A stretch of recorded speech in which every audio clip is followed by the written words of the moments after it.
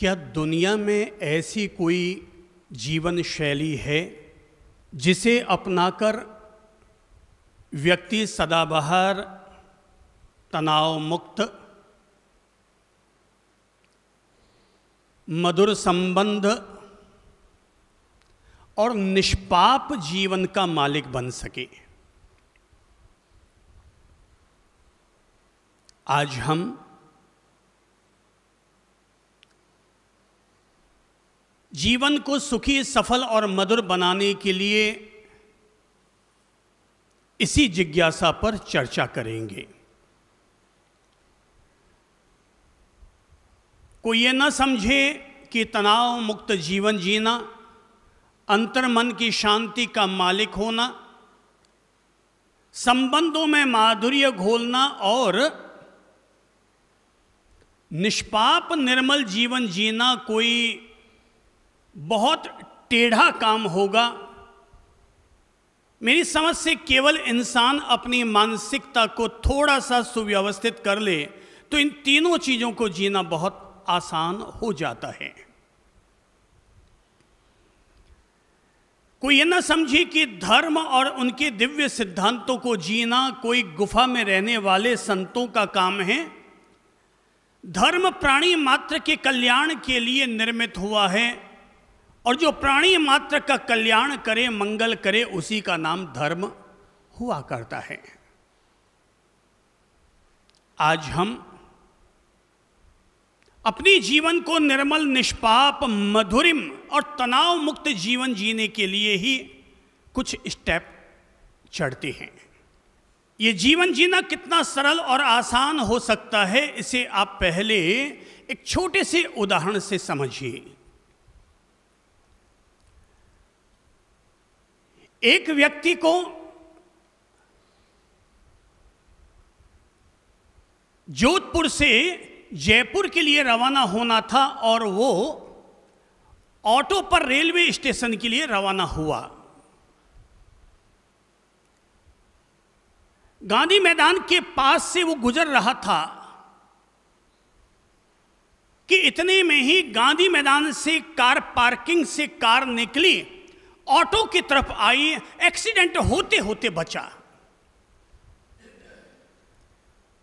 Car वाला मूछदार, रुतबेदार झट से बाहर निकल कर आया और हो हल्ला करने लगा, देखकर नहीं चला सकता। ऑटो वाला शांत रहा, मुस्कुराकर उसने इतना ही कहा, सर सॉरी, माफ कीजिएगा, सर माफ कीजिएगा। क्या आप माफ कीजिएगा? अंधे होकर के चलाते हो और कहते हो कि माफ कीजिएगा। बोले सर कहा ना, सॉरी, माफ कीजिएगा, अगली बार और ध्यान से चलाऊंगा। कार वाला शोरगुल करते हुए वापस अपनी कार में बैठा और निकल गया और ऑटो वाला मुस्कुराकर वापस रेलवे स्टेशन की तरफ बढ़ निकला। ऑटो का ड्राइवर सत्संग प्रेमी अक्सर हमारे सत्संग में आया करता था गांधी मैदान में, और शायद आप में से अनेक लोग उस ऑटो ड्राइवर से परिचित भी होंगे। ऑटो में जो मुसाफिर बैठा था उसने ऑटो ड्राइवर से कहा, भाई एक बात समझ में ना आई, गलती उस कार वाले की थी, उसने तुम्हें अंधा कहा, हकीकत में वो अंधा बन करके अपनी कार को पीछे की तरफ लेकर के आया। उसे सावधानी से अपनी कार पीछे लेनी चाहिए थी, वो तो सरसप कार को पीछे ले आया और अपन तो बिल्कुल सीधे रास्ते चल रहे थे, तुम्हारी तो कोई गलती थी ही नहीं। बोले हाँ साहब, ये तो मुझे भी पता है कि मेरी कोई गलती नहीं थी। तो जब तुझे पता है कि तेरी कोई गलती नहीं थी तो तूने सॉरी क्यों कहा? अब समझिएगा, ऑटो ड्राइवर जो अक्सर सत्संग में आ जाया करता था, उसके चलते उसे एक एटीट्यूड, एक अच्छा दृष्टिकोण उसे प्राप्त हो रखा था। सो उसने कहा, अंकल दरअसल बात यह है कि दुनिया में बहुत सारे लोग ऐसे होते हैं जिनके दिमाग में कूड़ा कचरा भरा रहता है। वे कचरे के डिब्बे होते हैं और कचरे के डिब्बे होने के कारण जब उनके दिमाग में कचरा बहुत ज्यादा भर जाता है तो वही कचरा वे लोगों पर डालना शुरू कर देते हैं। तो मुझे मेरे गुरुजी से ये बात समझ आ रखी है कि लोगों के दिमाग में दिमाग कम और डस्टबिन ज़्यादा होता है और लोगों के दिमाग में कचरा कूड़ा भरा हुआ रहता है। सो मैंने उसका कोई विरोध नहीं किया, सॉरी कहा और आगे निकल पड़ा। बोले नहीं, तुम्हें वापस कुछ तो प्रतिकार करना चाहिए। बोले सर मैं प्रतिकार करता तो क्या होता? वो वापस और 10 गालियां ठोकता। वो अपना जितना उसमें कचरा था उसमें से उसने केवल 2 चिपटी कचरा ही मुझ पर डाला। अगर मैं कुछ वापस और टेढ़ा जवाब देता तो वो मुट्ठी भर के कूड़ा कचरा मुझ पर डालता। और फिर अंकल ये बताओ कि मैं अगर दिन भर लोगों से ऐसे ही झकाड़ करता रहूँगा, ऐसे ही अगर मैं माथा फोड़ी करता रहूँगा, कोई बोलेगा आगे ले गया, कोई बोलता पीछे ले लिया, बोले इधर खिसकाना था उधर लेना था। मैं अगर लोगों से इसी तरह से अगर झकाड़ माथा फोड़ी अगर करता रहूँगा तो मैं तो वो तो कूड़े का डिब्बा है, मैं तो कूड़े का ट्रक बन जाऊँगा। और मैं अगर कूड़े का ट्रक बन गया तो मैं भी तो फिर लोगों पर वैसा ही तो कचरा फेंकूंगा जैसा वो मुझ पर फेंक करके गया। मैं अपने घर वालों पर वैसा कचरा फेंकूंगा, मैं अपने साथीदारों पर वैसा कचरा फेंकूंगा। ओहो, ऑटो ड्राइवर ने आज उस मुसाफिर को जीवन की एक समझ दे दी। और उस मुसाफिर ने आकर के हमसे बताया कि साहब एक ड्राइवर था, ऑटो ड्राइवर, और उसने बताया कि वो अक्सर गांधी मैदान के प्रवचन सुनने के लिए चंद्र प्रभु महाराज और ललित प्रभु महाराज के पास जाता है, उनके प्रवचन सुना करता है। जब जब लगता है कि आज ग्राहकी नहीं है वो वहाँ जाकर के बैठ जाता है। और आज उसने मुझे इस तरह का जवाब दिया। मैंने उस भाई साहब से अनुरोध किया, अच्छा हुआ उसने इस तरह का जवाब दिया। उसके जवाब को सुनकर मुझे लगा कि कोई व्यक्ति अगर ऑटो ड्राइवर है तब भी उसके लिए धर्म को जीना बहुत आसान है कि कोई भी व्यक्ति किस तरह से विपरीत वातावरण में भी अपने मन की शांति और तनाव मुक्ति को जी सकता है। उस ऑटो ड्राइवर ने आपके सामने एक आदर्श प्रस्तुत कर दिया। भाई समझ लो, जीवन बहुत खूबसूरत है, पर इतना जरूर ध्यान रख लो कि अगर हमारे सामने कोई अच्छे लोग चले आए, हमारे साथ अच्छा व्यवहार करे तो जरूर उनका अभिनंदन करो, उन्हें गले लगाओ। पर अगर कोई बुरा बर्ताव करने वाले लोग आ जाएं तो उस ऑटो ड्राइवर की तरह मुस्कुराओ, सॉरी कहो और आगे निकल जाओ। ये मत समझो कि मनोरोगी लोग केवल अस्पताल में ही रहते हैं, मनोरोगी लोग हमारे आसपास में भी बसा करते हैं। और मनोरोगी लोग जो हमारे आसपास में बसते हैं वो खुद को भी उस कूड़े के डिब्बे की तरह खुद को भी कष्ट देते हैं और अपनी वजह से दूसरों को भी कष्ट देते हैं। अगर लोगों के द्वारा डाले गए कूड़े को ही अगर हम लेते रहेंगे और हर बात का हम सीधे मुंह अगर जवाब देते रहेंगे, वो तो कूड़े का डिब्बा है और हम कूड़े के क्या हो जाएंगे? ट्रक हो जाएंगे। और एक बात तय है, कूड़े के डिब्बे के फिर भी ढक्कन रहता है, पर कूड़े का जो ट्रक निकलता है नगर पालिका का, उस पर कोई भी ढक्कन नहीं होता। वो जब चाहे तब उड़ना शुरू हो जाता है, कचरा उड़ाता हुआ आगे निकल जाता है। वो तो बढ़ जाता है आगे, पर पीछे वालों का जीना हराम कर जाता है। हम सब लोगों को प्रकृति के 2 नियम जरूर समझ लेने चाहिए, प्रकृति के, कुदरत के 2 लॉजिक जरूर समझ लेने चाहिए, हमेशा याद रखनी चाहिए। नंबर पहला लॉजिक, अगर हम अपने जीवन में अच्छे बीज नहीं बोएंगे, अगर हम हमारे जीवन में अगर अच्छी खेती नहीं करेंगे तो कुदरत हमारे जीवन में घास फूस उगाना शुरू कर देगी। अगर कुदरत उगा रही है उसमें अगर हम राजी हैं कि वो जो घास फूस कचरा जो उगा रही है हम उसी में खुश रह लेंगे तो किसी भी सत्संग में जाने की ज़रूरत नहीं है। और नहीं तो हमें अपने जीवन के खेत में अच्छे बीज बोने के लिए हमेशा तत्पर और तैयार रहने चाहिए, क्योंकि ज्ञानी गुरु हमारे जीवन के खेत में हमेशा 4 अच्छे बीज बोने का ही प्रयास करते हैं। आप लोग सत्संग सुनने के लिए, जीवन के निर्माण के लिए, भीतर के आध्यात्मिक सुकून और शांति को पाने के लिए आते हैं, बैठते हैं, मनोयोग से श्रवण करते हैं और एक एक शब्द से गुजरते चले जाते हैं। आप ये मान कर चले ये आने वाले कल के लिए आप अपने जीवन के खेत में अच्छे बीज बोने का काम कर रहे हैं। प्रकृति का ये नियम है, प्रकृति का ये कानून है, ये लॉजिक है। और लॉजिक ये है कि जीवन के खेत में अगर हमने अच्छे बीज नहीं बोए, ऐसा नहीं कि एक बार, हर साल, हर महीना, बल्कि हर दिन, अगर हमने हर दिन अच्छे बीज बोने का प्रयास न किया तो कुदरत तो इसमें घास फूस जंगली कचरा ही पैदा करेगी। अब देख लो अपने नाखून को, अगर हम इनको न संवारेंगे न कटिंग करेंगे तो हमारे नाखून साल भर में कैसे हो जाएंगे, विकृत हो जाएंगे।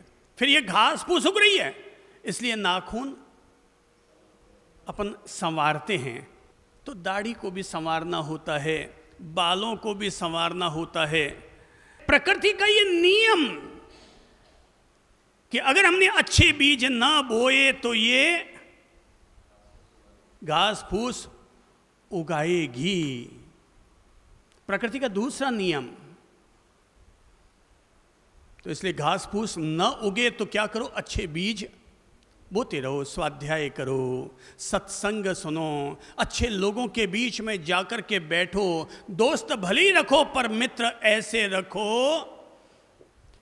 जिनसे हमारा भला हो। 100 मित्र इकट्ठा रखने के बजाय भला मित्र तो एक ही भला, भला मित्र तो एक ही भला। और 100 मित्र अगर इकट्ठा कर लोगे पर उनसे हमारा भला न हो रहा हो तो 100 भिड़े कर लोगे तो भी क्या काम के। मर गए, 100 लोग आ गए, अब कोई कंधा देने को तैयार नहीं है तो 100 लोगों का भिड़ा होने का मतलब क्या है। दोस्त वो नहीं होता जो जब तब आ जाया करता है, दोस्त वो होता है जो हमारे दोषों का अस्त कर दे, उसका नाम दोस्त। क्या कहा, अंडरलाइन कीजिए। दोस्त कौन? जो हमारे दोषों का अस्त कर दे उसका नाम दोस्त। और जो हमारे दोषों को बढ़ाए वो कैसा दोस्त? तो प्रकृति का पहला नियम कि जैसे उस ऑटो ड्राइवर ने, हालांकि वो जिन लोगों के बीच में जाता होगा, रहता होगा, बैठता होगा, वहां कोई गुटखा खाता है, कोई शराब पीता है, कोई गाली गलौज करता है, कोई लड़ाई झगड़ा करता है, पर वो रोजाना किसी सत्संग में चला आता था, गांधी मैदान में अपन लोगों के पास चला आता था। धीरे धीरे मानसिकता का गंगा स्नान हुआ और स्नान होते होते कोई अगर उसे गाली दे गया तब भी वो अपनी मानसिक शांति का मालिक बना रहा। उसने अपने आप को भीतर से व्यग्र और उग्र न होने दिया। यही तो है जीने की कला। जीने की कला किसी बच्चे को भी मिल सकती है और ट्राई ना करो तो बूढ़ा आदमी भी जीने की कला से वंचित रहता है। किसी को जीने की कला मिलती है और किसी को जीना ही बला बन जाता है। मैंने जब आपको ये छोटी सी घटना सुनाई है तो इससे प्रकृति के दो नियम हम समझ लें। नंबर एक, अच्छा बोओगे तो अच्छा पाओगे, नहीं तो घास फूस और कचरे का सामना करोगे। और दूसरा, प्रकृति का दूसरा नियम, सामने वाला वही देता है जो उसके पास होता है। जो अच्छा होता है वो हमें अच्छा ही दे करके जाता है, और जो बुरा होता है वो हमारे साथ बुरा व्यवहार करके जाता है। जो अच्छा व्यवहार करके गया इसका मतलब नहीं कि हम अच्छे हैं। कोई हमारे साथ अच्छा व्यवहार करके गया तो इसका मतलब वो अच्छा है, इसलिए उसने हमारे साथ अच्छा व्यवहार किया। हम तो जैसे हैं वैसे हैं। तुमने हमें अच्छा देखा तो तुम अच्छे, और तुमने हमें बुरा देखा तो तुम बुरे। दूसरा आदमी, उसमें अगर बुराइयों का माप ज्यादा है, उसके भीतर के डिब्बे में अगर बुराइयां ज्यादा भरी है तो बुराइयां बरसाएगा, और अगर अंदर में हीरे भरे हैं तो हमारे साथ हीरो जैसा वो व्यवहार बर्ताव, उसकी वाणी वैसी होगी, उसके शब्द वैसे होंगे, उसका हमारे साथ आचरण सदाचार भरा हुआ होगा। भाई जो शिष्ट है वही तो दूसरों के साथ शिष्टता से पेश आता है। जो खुद ही अशिष्ट है तो दूसरों के साथ शिष्टता से पेश कैसे आएगा? इसलिए कोई कभी गुस्सा करता हुआ नजर आ जाए, समझ लो भाई ये उसकी कमजोरी है। जो शिष्ट है वही विशिष्ट है। पर ये लॉजिक, ये कानून, ये नियम हम सब लोगों के दिमाग में उतर जाना चाहिए। ये मैं इसलिए उतारने के लिए कह रहा हूं ताकि हम लोग जो छोटी छोटी बात पर व्यग्र या उग्र हो जाते हैं, तनावग्रस्त हो जाते हैं, अपनी मानसिक शांति को खंडित कर बैठते हैं, उन्हें ये लॉजिक समझ लेना चाहिए। जो दूसरे के पास होता है वो वही दिया करता है। जो विशिष्ट होता है वो शिष्टता से पेश आता है। जो खुद ही कूड़ा है तो उससे शरबत पीने और पिलाने की उम्मीद ही हम कहाँ से रख सकते हैं? ये दो नियम जिस दिन हमारे समझ में आ जाएंगे, आप उसी दिन से जिंदगी भर के लिए मानसिक शांति के मालिक बन जाएंगे। आपको किसी भी बात पर टेंशन नहीं होगा। भाई जो है वो हो गया। मैं अनेक बार कह दिया करता हूँ, होनी तो होकर रहे, अनहोनी ना होए। तो भाई जो होनी थी वो हो गई, अब उसका अपन क्या करें? भाई जो होना था सो हो गया। अब जो होना था सो हो गया, अब उसको लेकर के कब तक तुम उसका तनाव पालते रहोगे? भाई चल रहे हैं महापथ पर, कहीं ना कहीं तो पहुंच ही जाऊंगा। चल रहा हूं महापथ पर, कहीं ना कहीं तो पहुंच ही जाऊंगा। या तो मंजिल मिल जाएगी और या फिर अच्छा मुसाफिर बन जाऊंगा। चल रहा हूं महापथ पर, कहीं ना कहीं तो पहुंच जाऊंगा। या तो मंजिल मिल जाएगी और या फिर अच्छा मुसाफिर बन जाऊंगा। मेरा मानना है धर्म बहुत सरल है और धर्म को जीना भी बहुत सरल है।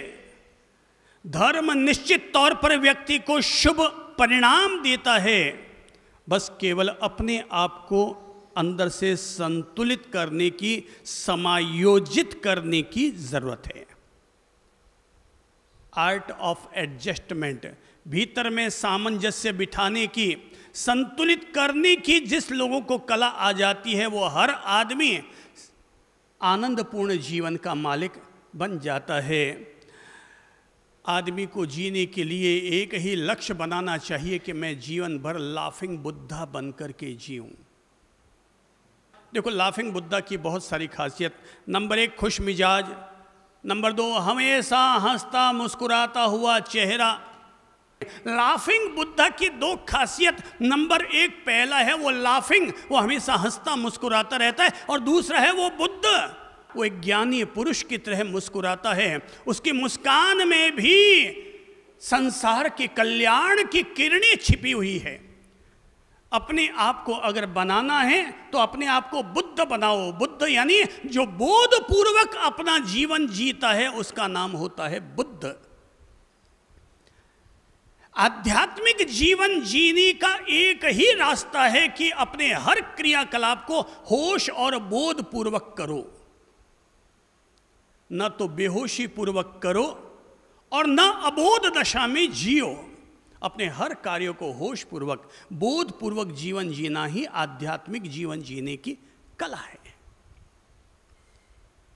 हर कार्य होश पूर्वक बोध पूर्वक।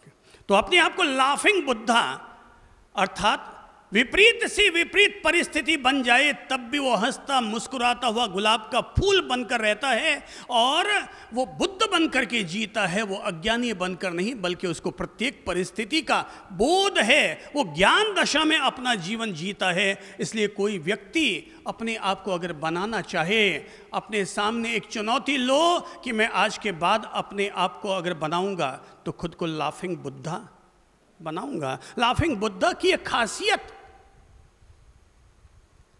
कि जब लाफिंग बुद्धा का स्वर्गवास हो रहा था, शरीर छूट रहा था, तो लाफिंग बुद्धा ने मरने से पहले अपने दूसरे संत से या दूसरे साथीदार से कहा होगा कि भाई देखो, मैं जब मैं मर जाऊं ना। उसकी पहली खासियत क्या थी कि जब भी उनके पास कोई उपदेश सुनने के लिए आता, ज्ञान सुनने की बात आती, तो एक ही काम करते, उसको हंसते थे, उस पर मुस्कुराते थे बस ये सीख लो, बस हो गया। कोई अपनी समस्या लेकर आता, वो सबको एक ही कहते, बस तुम तो मुस्कुरा लो, हो गया। हंसी हंसी में उसे टाल दो। जब अनुकूल वातावरण आए, सुख की घड़ियां आए तो हंस लो, और जब दुख की घड़ियां आए तो उसे हंसी में उड़ा दो। एक व्यक्ति पहुंचा किसी के घर पर मिलने के लिए, टाइम दे रखा था, पर अगला आदमी भूल ही गया कि मैंने इसे टाइम दे रखा है, सो वो तो निकल गया। और जब वो पहला आदमी उसके घर पहुंचा, देखा है ही नहीं, उसने मुझे मूर्ख बनाया। तो बोले कि उसके दरवाजे पर कोयले से लिख करके आया, महामूर्ख। क्या लिखा? महामूर्ख। अब महामूर्ख लिखा और वापस अपने घर चला गया। वो अगला आदमी जब घर पहुंचा, उसने देखा महामूर्ख, और उसे याद आया, अरे हाँ यार, मैंने उसको मिलने का टाइम दे रखा था, हाँ भरी थी, और वो अगला मिलने के लिए भी आया और मैं गायब मिला। अरे रे, ये तो बहुत बुरा हुआ। वो हाथों हाथ उसके घर पर पहुंचा। सुख आए तो हंस लो, पर दुख आए तो हंसी में उड़ा दो। वो जब वहां पहुंचा तो उसने, जैसे ही वहां पहुंचा और उसने, अगले ने गालियां देनी शुरू कर दी, कोई तरीका होता है, तुमने टाइम दिया और तुम मिले नहीं, ये वो सब। उसने कहा, भाई मैं इसलिए तुम्हारे घर पर आया हूं क्योंकि जैसे मैं वहां पहुंचा ना, तो मैंने तुम्हारे साइन देखे और साइन देखते समझ गया कि तुम वहां पर आए थे। क्या देखा था? साइन में क्या लिखा था उसने? तो महामूर्ख कौन हुआ? लिखने वाला खुद ही महामूर्ख हो गया। सुख आए तो हंस लो, दुख आए तो हंसी में उड़ा दो। यही है जीवन जीने की कला।